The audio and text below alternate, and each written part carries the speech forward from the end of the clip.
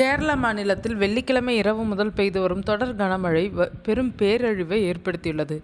மாநிலத்தின் பல்வேறு பகுதிகளில் ஏற்பட்ட வெள்ளப்பெருக்கு மற்றும் நிலச்சரிவில் சிக்கி உறங்கிக் கொண்டிருந்த தாய், மகன் உட்பட 9 பேர் பரிதாபமாக உயிரிழந்தனர். கடலில் சீற்றம் காரணமாக படகுகள் கவிழ்ந்ததில் திருவனந்தபுரம், முதல்பொழி மற்றும் விழிஞ்சம் பகுதிகளில் 4 பேரும், கொல்லம், தங்கச்சேரியில் ஒருவரும் மாயமாகியுள்ளனர். மேலும் கண்ணூர், காஞ்சிரப்புழா ஆற்றில் ஒருவர் தண்ணீரில் அடித்துச் செல்லப்பட்டுள்ளார். பத்தனம்திட்டாவில் கனமழையால் முக்கிய ஆறுகளில் வெள்ளப்பெருக்கு ஏற்பட்டு கிராமப்புறங்கள் நீரில் மூழ்கினர். கோட்டயம், இடுக்கி மற்றும் கண்ணூர் மாவட்டங்களில் பல இடங்களில் நிலச்சரிவு ஏற்பட்டது. பத்தனம்திட்டாவின் ராணி பகுதி வெள்ளத்தால் சூழப்பட்டு வெளியுலக தொடர்பு இழந்து தனிமைப்படுத்தப்பட்டுள்ளது.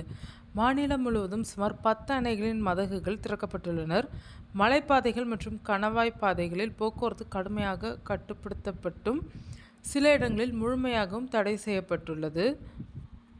நிலச்சரிவு மற்றும் மழைக்கு 127 வீடுகள் பகுதியாகவும் 17 வீடுகள் முழுமையாகவும் சேதமடைந்துள்ளனர். நூற்றுக்கணக்கான வாகனங்கள் வெள்ளத்தில் அடித்து செல்லப்பட்டனர். மாநிலம் முழுவதும் அமைக்கப்பட்ட 65 நிவாரண முகாம்களில் 1465 பேர் தங்கியுள்ளனர். காசர்கோடு முதல் பட்டணம்திட்டா வரையிலான மாவட்டங்களுக்கு ரெட் அலர்ட் விடுக்கப்பட்டுள்ளது. அதே சமயம் வானிலை ஆய்வு மையமும் அதிகாரிகளும் மழை முன்னறிவிப்பை முறையாக வழங்கவில்லை என்று குற்றச்சாட்டு எழுந்துள்ளது. அதேபோல் தமிழக அரசு வெளியிட்டுள்ள அறிவிப்பில் கனமழை, வெள்ளப்பெருக்கு காரணமாக பம்பை மற்றும் அதன் சுற்று வட்டார பகுதிகளில் நிலச்சரிவு ஏற்படும் வாய்ப்பு இருப்பதால் சபரிமலைக்கு செல்லும் பக்தர்கள் தங்களது பயணத்தை மறுபரிசீலனை செய்யுமாறு தமிழ்நாடு அரசு அறிவுறுத்தியுள்ளது.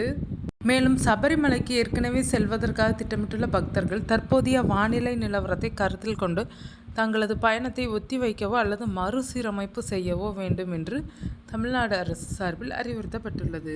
அதேபோல் கனமழை காரணமாக எம்ஜி மற்றும் ஸ்ரீ நாராயணா குரு திறந்தநிலை பல்கலைக்கழக தேர்வுகள் மற்றும் மாநில தகுதி தேர்வு ஆகியவை ஒத்திவைக்கப்பட்டுள்ளன.